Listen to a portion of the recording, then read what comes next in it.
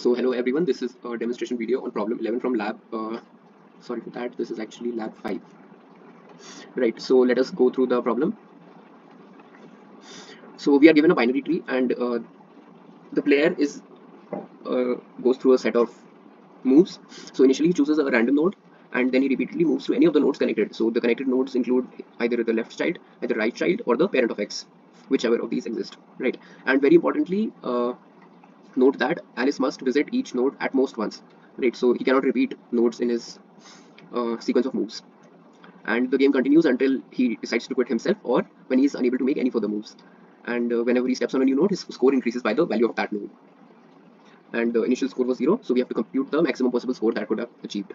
Again, input format and output format is not important to us because in the template the binary tree is created and given to us. We only have to complete this function. Right. So to better understand the problem, let us go through the test case that is being given to us. So this is the binary tree. I've constructed it from the sequence. So I would suggest that you pause the video and give yourself some thought what could be the possible sequence of nodes that Alice chooses. So hoping you have given some thought. If you notice this path, particularly from 7 to then 11, then 4, then 5, then 8, then 13, right? So this is the maximum possible path. And with the given sum 7 plus 11, 18, then 22, 27, and then plus 8 plus 13 equals 48. So again, the green code you don't have to edit at all. The only red part of the code you are allowed to change. Right. So if we look at the problem specifically, it's not very difficult to understand that we can rephrase the problem so as to find a path with the maximum path sum.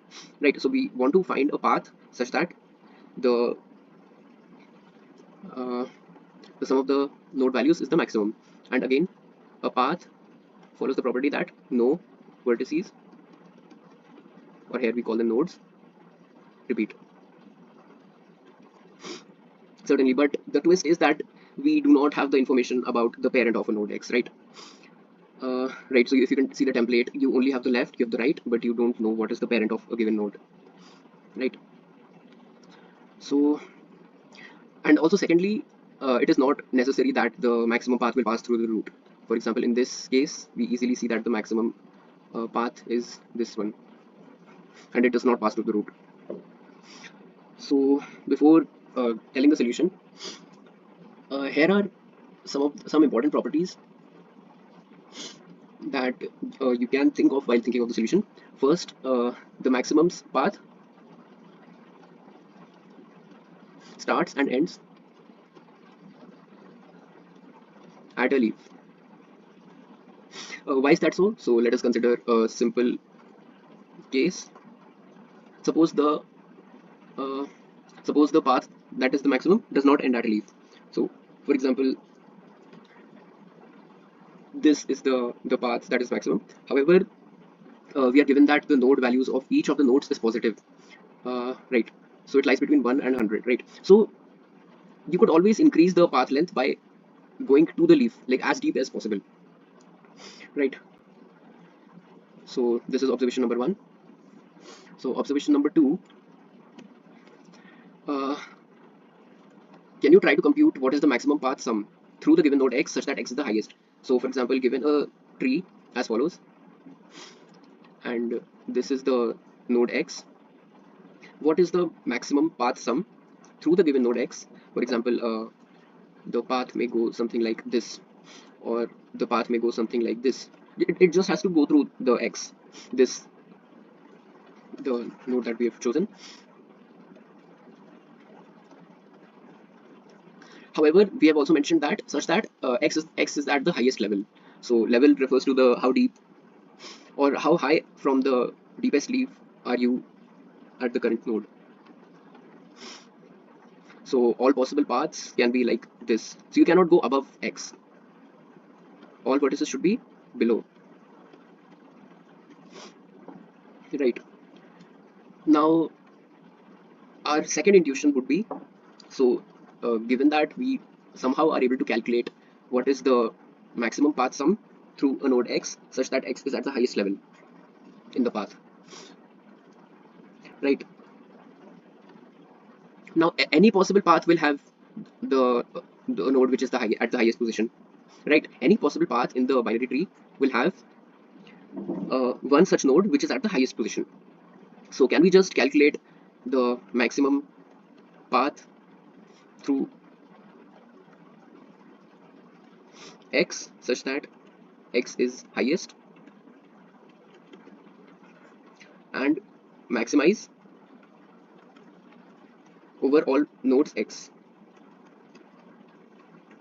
right? So this is one of the intuitions that might work in this case.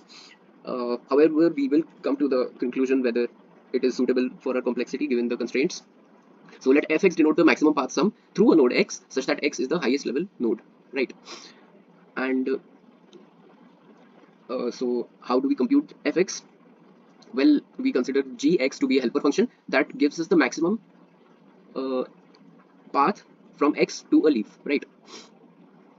And by property we know that the by property of trees we know that the path between any two leaves is any two nodes is unique. So we right. So considering this is x, and we may have many possible paths to a given leaf, right? And so on. There may be lots of possible paths, but we are only interested in the path that gives the maximum sum. So let gx be the maximum x2 leaf path. When I say that the maximum path, I mean the sum of the node values in that path. So uh, this is the claim that we are suggesting. I'll not go into too much detail, but you can give some thought. So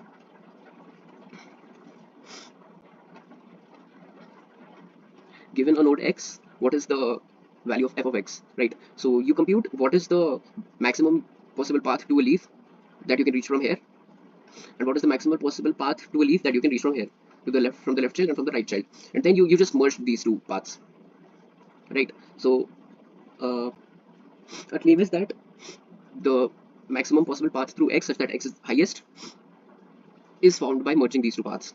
So to the contradiction, suppose this is not the case, then that means there exists some even better path. So for example, somewhat like this, right?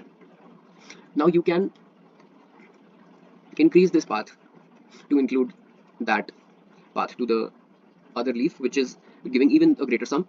So this contradicts that the path that you chose was maximum, and hence this result follows. So given that we have constructed the intuition, we will now construct the algorithm. So the maximum score would be given by the maximum over all possible nodes x belonging to the binary tree, and for that you compute f of x, right?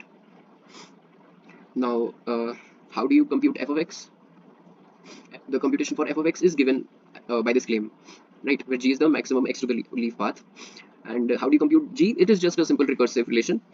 I won't go into much detail, but you are free to think upon why this algorithm computes the value of g for a given node root, right? Okay, so what is the complexity of g of root? Again, so if you are at a given node root, you will ultimately end up traversing through all the roots, all the nodes that are in the tree, right? So the complexity is order of n. So traversal will take order n, and computation of f of x will take twice the time that is taken to compute g, which is twice of order of n, so order n square, right? But we know that the height of the tree goes up to 11, right? So n goes up to 2 to the power 11, which is 1024. So n square is not a very good solution for this.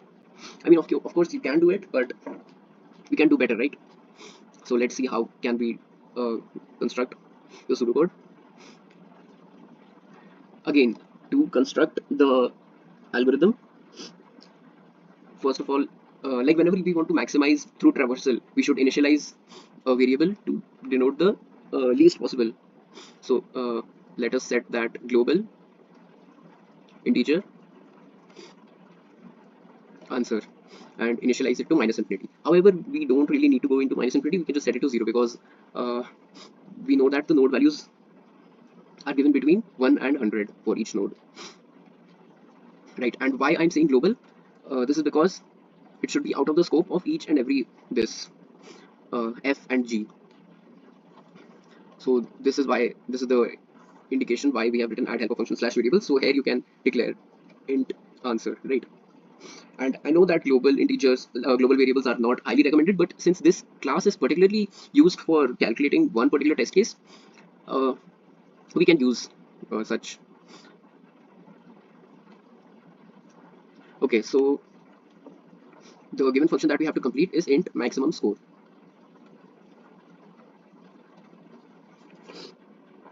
So again, as per the algorithm, we have to compute f of x for each possible node. That means compute, and if we find that this f of root is greater than n, sorry, answer, then update.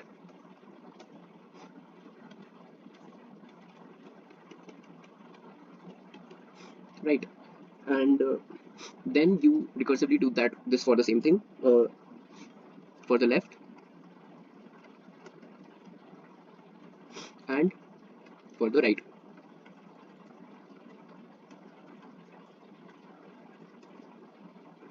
And in the end, just return the answer. So again, this is still n square, order n square, right? But there is a very simple catch to this problem with respect to optimization, right? And that is, we know that when we compute g for a given node, uh, the value of f is available to us even in this scope, right? So just at this level of the code, why not compute f of x, f of root over here only? And then since g itself is going to traverse through the entire tree, why not just do it once, right? And you have f of root, just update answer is equal to maximum of whatever we were doing over here. And this is because f of root just depends on g root arrow left and g root arrow right, according to our this claim, right? So better approach. So just so global integer answer, and in the so you will define this function maximum to leaf. G is just the to compute the maximum root arrow leaf path, and